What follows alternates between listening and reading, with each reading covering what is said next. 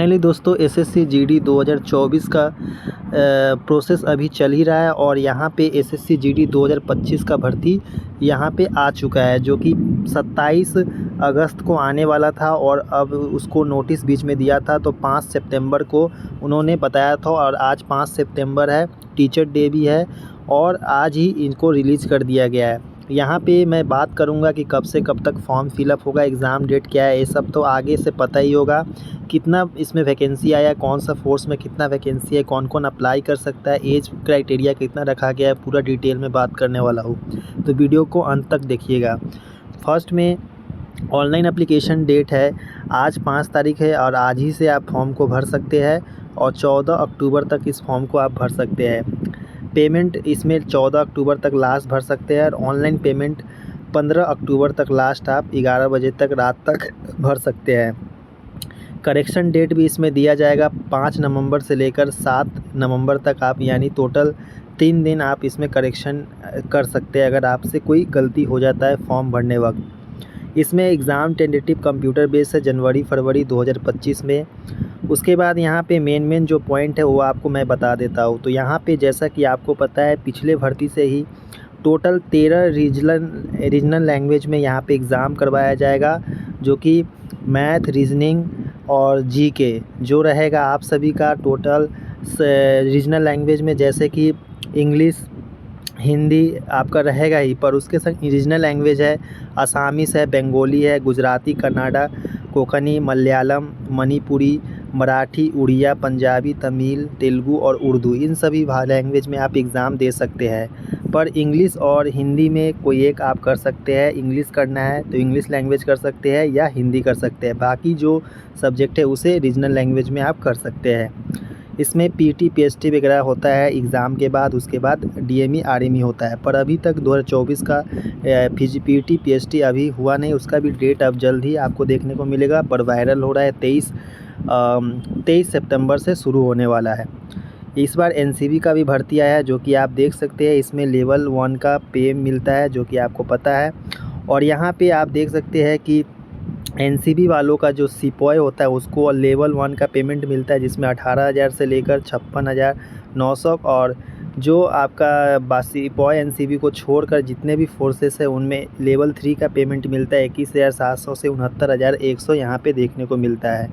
Total यहाँ पे vacancy की बात की जाए तो टोटल 39,481 वैकेंसी रखा गया है, जो कि काफ़ी अच्छा वैकेंसी है। इसमें इस बार ज़्यादा से ज़्यादा वैकेंसी जितना था निकाला, हो सकता है आगे और भी बढ़ जाए, ये डिपेंड करता है कौन सा फोर्स में कितना खाली प्रेजेंट टाइम में चल रहा है, उसके हिसाब से ही वैकेंसी को अलॉट किया जाता है। तो यहाँ पे बीएसएफ में टोटल 15,654 वैकेंसी है, सबसे ज़्यादा बीएसएफ में निकाला गया है। उसके बाद सीआईएसएफ में 7,145 है, सीआरपीएफ में 11,541 है, एसएसबी में 819 है, आईटीबीपी में 3,017 है, असम राइफल में 1248, एसएसएफ में 35 वैकेंसी। इस बार सबसे कम एसएसएफ में है, क्योंकि पिछले बार भी कुछ वैकेंसी अच्छा ही था, पर इस बार सबसे कम दिया है। और एनसीबी में टोटल 22 वैकेंसी रखा गया है और यहाँ पे मेल फीमेल का यहाँ पे डिस्ट्रीब्यूट किया है, जो कि आप लोग चेकआउट कर सकते हैं। उसके बाद यहाँ पे वैकेंसी वगैरह टेंटेटिव बोला जाता है। इसमें हमेशा से ही कोई भी वैकेंसी आता है उसमें टेंटेटिव बताया जाता है, वैकेंसी आगे चल के बढ़ सकता है। ये vacancy state wise, force wise और जेंडर वाइज यहाँ पे दिखाया जाता है। और 10% वैकेंसी एक सर्विसमैन के लिए रिजर्व रहता है, जो कि आपको देखने को मिला है। इसमें मेन है एज क्राइटेरिया।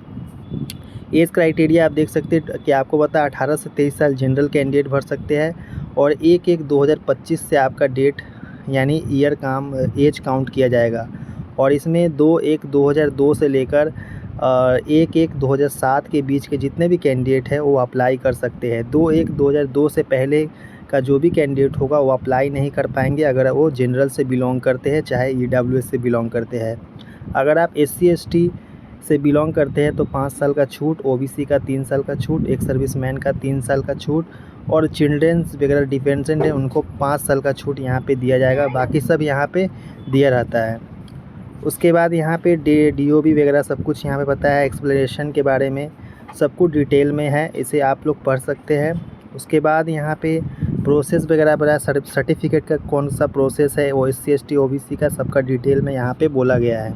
इसमें एजुकेशनल क्वालिफ़िकेशन है माध्यमिक, सिर्फ माध्यमिक आप पास है तो आप अप्लाई कर सकते हैं। और 1/1/2025 से पहले आप पास होना चाहिए। उसके बाद का अगर डेट का आपका रहता है तो आपको यहाँ पे वैलिड नहीं माना जाएगा। ये पूरा डिटेल में लिखा हुआ है। एनसीसी का यहाँ पे एनसीसी सी सर्टिफिकेट का यहाँ पे 5% यानी टोटल इसमें एग्ज़ामिनेशन जो होने वाला उसका एग्ज़ामिनेशन का भी पैटर्न बताऊंगा कि क्या क्या इसमें है। एनसीसी बी सर्टिफिकेट का 3% और एनसीसी ए सर्टिफिकेट का 2% यहाँ में मार्क्स एक्स्ट्रा बोनस मार्क्स दिया जाता है आपका जो एग्ज़ाम वगैरह जो होगा। और यहाँ बात है कि 1/1/2025 से पहले का आपका यहाँ पे एनसीसी सर्टिफिकेट होना चाहिए। पूरा डिटेल में यहाँ पे बोला गया है। हाउ टू अप्लाई है, कैसे अप्लाई करना है। अप्लाई करने के लिए आपको अब न्यू वेबसाइट से ही अप्लाई होगा, जो पहले जो ओल्ड वेबसाइट था उस पर नहीं होगा। OTR यानी वन टाइम रजिस्ट्रेशन करने के बाद ही आप इस वेबसाइट पे OTR करने के बाद ही आप इस फॉर्म को फिलअप कर सकते हैं। उसके बाद इसमें एप्लीकेशन फ़ीस है 100 रुपीज़ लगने वाला है एप्लीकेशन फ़ीस। और SC ST को छोड़ के, एक सर्विसमैन और फीमेल को छोड़ के बाकी जितने भी कैंडिडेट है वो इसको पेमेंट आपको देना पड़ेगा। यहाँ पे online payment, net banking, visa, master जो भी है उससे आप अप्लाई कर सकते हैं, फॉर्म फिलअप कर। सेंटर ऑफ एग्ज़ामिनेशन है जो कि आप लोग चेकआउट कर सकते हैं कि कौन सा स्टेट में कौन सा सेंटर है।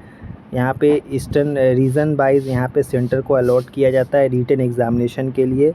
और यहाँ पे जो कंप्यूटर बेस्ड एग्ज़ाम होने वाला है एग्ज़ाम का देख सकते हैं कि part A, part B, part C और पार्ट डी में डिवाइड रहता है। जिसमें पार्ट ए में general intelligent and reasoning 20 question 40 marks, एक क्वेश्चन 2 नंबर का रहता है और टोटल 80 क्वेश्चन है।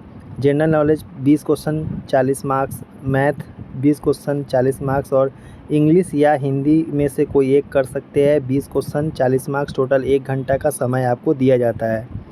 और इसमें नेगेटिव मार्किंग है 1/4 का, जो कि इसमें 1/8 का नेगेटिव मार्किंग है, क्योंकि उससे पहले था 2022 में 1/4 का था। 2024 वाला जो भर्ती था उसमें 0.25 नेगेटिव है, अभी भी 0.25 नेगेटिव को ही रखा गया है। उसके बाद यहाँ पे जनरल इंटेलिजेंस का पूरा डिटेल सिलेबस है, जनरल नॉलेज का, मैथ्स का और हिंदी का। उसके बाद PET PST का यहाँ पे बताया है कि क्या क्या होगा। उसके बाद यहाँ पे PT PST में कितना क्या इवेंट होने वाला वो भी डिटेल में है, जैसे कि 5 किलोमीटर रनिंग 24 मिनट में मेल कैंडिडेट को कंप्लीट करना है। और जो हिल्स एरिया से बिलोंग करते हैं मेल कैंडिडेट उनका 1600 मीटर 7 मिनट में कंप्लीट करना है। अगर आप फीमेल कैंडिडेट है 1600 मीटर 8.5 मिनट में कंप्लीट करना है। जो हिल्स एरिया से बिलोंग करते हैं फीमेल कैंडिडेट उनका 800 मीटर 5 मिनट में कंप्लीट करना है। यहाँ पे लद्दाख वालों का सिर्फ यहाँ पे बताया गया है कि 1600 मीटर मेल कैंडिडेट और 800 मीटर फीमेल कैंडिडेट। बाकी जितने भी लद्दाख रीजन को छोड़ के जितने भी है उन सभी का यहाँ पे 5 किलोमीटर और 1600 मीटर करवाया जाता है। उसके बाद यहाँ पे हाइट वगैरह देखें तो 170 सेंटीमीटर यहाँ पे हाइट मेल कैंडिडेट का और फीमेल का 157 सेंटीमीटर। और बाकी जितने भी हिल्स एरिया से बिलोंग करते हैं उन सभी का यहाँ पे अलग से मेंशन है, जो कि आप लोग चेकआउट करेंगे अपने राज्य और अपने स्टेट के हिसाब से कि आपका कौन सा स्टेट है, उसके हिसाब से हाइट अलॉट किया जाता है। नॉर्थ ईस्ट वालों के लिए कम हाइट रहता है, चेस्ट 80-85। और यहाँ पे वेट वगैरह और मेडिकल के बारे में यहाँ पे बोला है कि क्या क्या है और डॉक्यूमेंट में क्या क्या लगेगा, पूरा यहाँ पे डिटेल में बताया गया है। उसके बाद admission to the examinations, how to feel वगैरह सब कुछ यहाँ पे है, तो ये लोग चेकआउट कर लेंगे। मिनिमम पासिंग क्राइटेरिया इसमें यूआर कैटेगरी का 30%, OBC और EWS का 25% और ऑल अदर कैटेगरी का 20% यहाँ पे रखा गया है। उसके बाद यहाँ पे NCC का जो मैंने बोला था कि 5% सी सर्टिफिकेट को यानी 160 नंबर का एग्ज़ाम होगा, उसका 5% देखा जाए तो 8 नंबर आपका एक्स्ट्रा बोनस मार्क्स मिल जाएगा अगर आपके पास सी सर्टिफिकेट है। बी वालों का 3 यानी 4.8 और NCC ए सर्टिफिकेट वालों का टोटल यहाँ पे 2% यानी 3.2 के करीब यहाँ पे नंबर मिल जाएगा, ये यहाँ पे बताया गया है। तो यहाँ पे आप फॉर्म जब भरेंगे तो आप अपना प्रीफ्रेंस डाल सकते हैं कि कौन सा पहले रखना है कौन सा बाद में रखना है। वो ABCDEFGH करके यहाँ पे दिया है, इसी को प्रीफ्रेंस आपको रखना है। फॉर्म भरने वक्त ऑटोमेटिक आपको भरना पड़ेगा, खुद से मैनुअली भरना पड़ेगा। उसके बाद एनसीसी भी अगर आपके पास रहेगा तो उसको भी आपको यस सिलेक्ट करना है। पूरा डिटेल में यहाँ पे नोटिफिकेशन मैंने बता दिया। आई होप कि आपको पूरा समझ में आया। और यहाँ पे कुछ टाइप ऑफ मेल प्रैक्टिस लिखा है कि taking away any exam related material such as OMR sheet, rough sheet, 2 year divided period, कुछ यहाँ पे एक्शन है जो कि आप लोग इसे भी पढ़ लेंगे। तो चलिए नेक्स्ट वीडियो मिलते हैं। धन्यवाद देखने के लिए।